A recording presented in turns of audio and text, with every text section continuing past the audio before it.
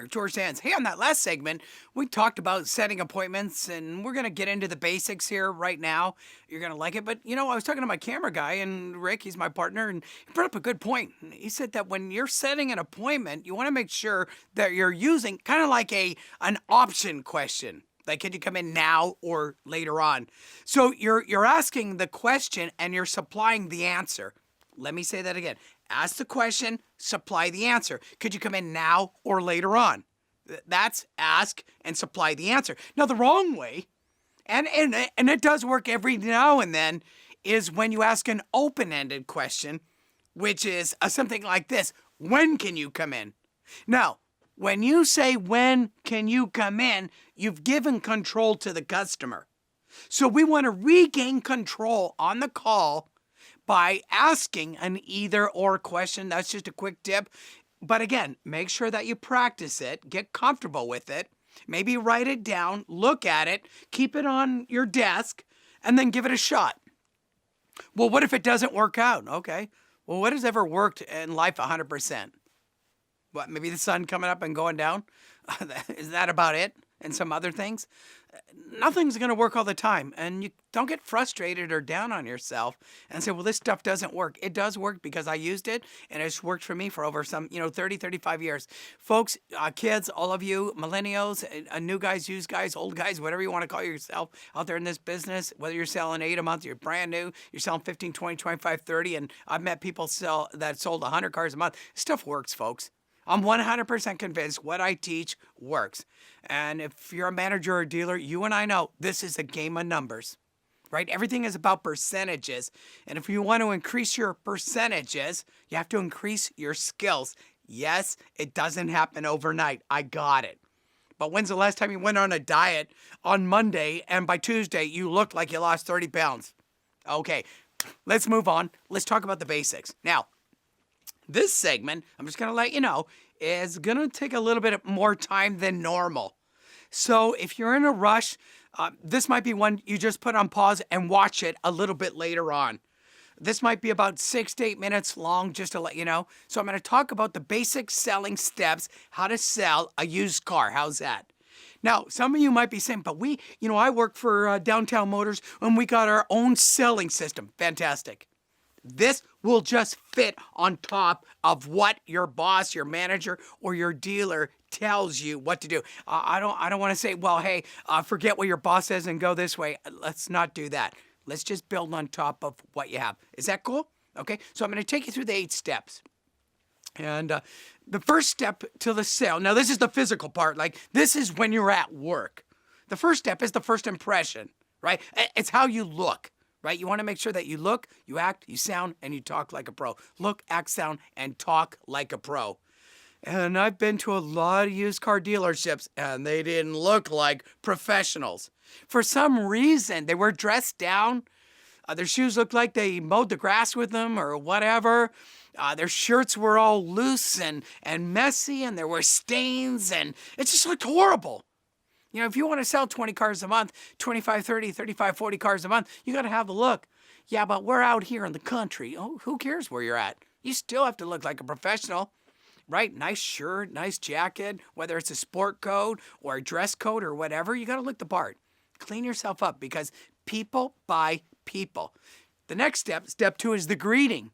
Welcome to Downtown Motors. My name is George and you are? Steve. Steve, fantastic day out, isn't it? Have a good practiced greeting that doesn't produce just looking. So we have the first impression, the way we look, then we have the greeting. Let me say it again.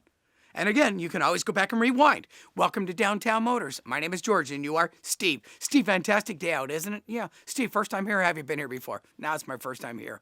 So that's step 2. Step 3 is we build rapport. We build rapport by asking who, what, where, when, why questions. Why do I have to do that? I don't like building rapport. You're probably not going to sell a lot of cars. You're probably not going to sell a lot of cars. I'm a shy guy, shy gal. This might not be the business for you. But you can overcome it by building rapport. You got to get people to talk about themselves, and you do that by being a good listener. Ask good questions, you'll get feedback, and that is how you have fantastic conversations. So, step 1, first impression. Step 2, greeting. Step 3, build rapport. Step 4 is the investigation. The investigation is where we determine, now you might want to write this down, memorize, or watch this again. Get your phone out. Okay, or maybe you're on it right here. Take note. In the investigation, you determine the need, the want, and the buyer's motivation. What do they need? What do they want? And why are they here? What do they need? What do they want? And why are they here? In other words, something changed that brought somebody to your lot today, or on the phone, or an email, or whatsoever, right? It's not like a lot of people just want to kill time and say, hey, let's go stroke a car guy today. If you get one of those, turn them over to Stevie, the new guy, and say, hey, Stevie, you wanted to build character here. No, I'm just having fun with you guys right here. How's that, right? But investigate is very important because we need to know which car to place them on. So let me go back a bit. First impression, greet, rapport, investigate. Let's all say it together. First impression, greet, rapport, investigate. Those are the first 4 steps. That's the buying process. Now let's move down a bit. Let's go down a bit. Let's talk about the selling process. The selling process is the presentation. The presentation is the walk around.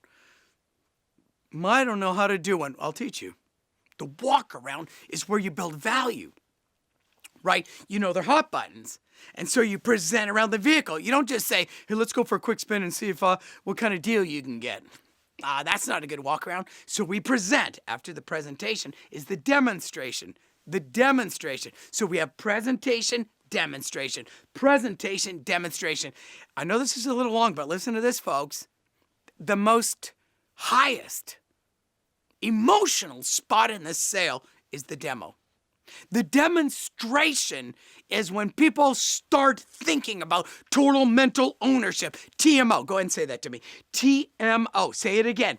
TMO. Total mental ownership before financial ownership. You got to have total mental ownership before financial ownership. Drive more people, you'll sell more cars.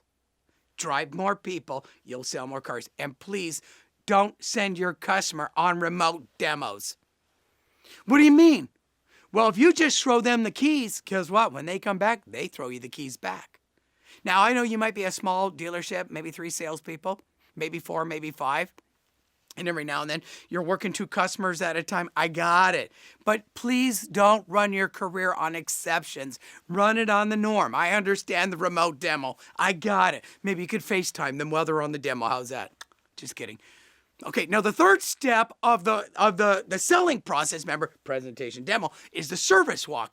Now, a lot of independent dealerships don't have service departments, so you have to talk about other things, right? If you have a remote service department somewhere else, you should have that in a proof book or evidence manual, right? Because service is like the marriage. Right? The wedding is the car sale. That only takes like an hour or 2, maybe 3, who knows? Maybe in other places, buy here, pay here, another could take like, right, days and weeks. So after service, you sell them on the proof or the reasons why they should do business here. That's the proof book. It's the proof book. That could be some reviews, videos, testimonials, or it could be just a book that has letters from customers, pictures of you, your family. Now, you guys that don't have a family, you can get right down to Walmart. You can buy those instant family. Just having fun with you guys. But now, let's bring it all together and let's wrap it up. Okay, let me talk about the basics again. And then later on, I'm going to dissect and break the basics down step by step. How's that? Okay, so let's go back to the very beginning. Look at me. Pay attention. Focus. Okay, focus. Look at me. First impression, how I look. My greeting. I build rapport. I investigate. Then I move over. I present, demonstrate, talk about the service department or bring them back there if I can, right? And then don't forget, you should have a proof book or a wall of fame or testimonials why they should buy here. Now, let's wrap this. Basics stands for, listen to this, because I love acronyms. Basics stands for be a salesperson in control equals a sale. If you're struggling with your sales and your income, go back to the basics with every single customer, and I guarantee you, you'll sell more cars.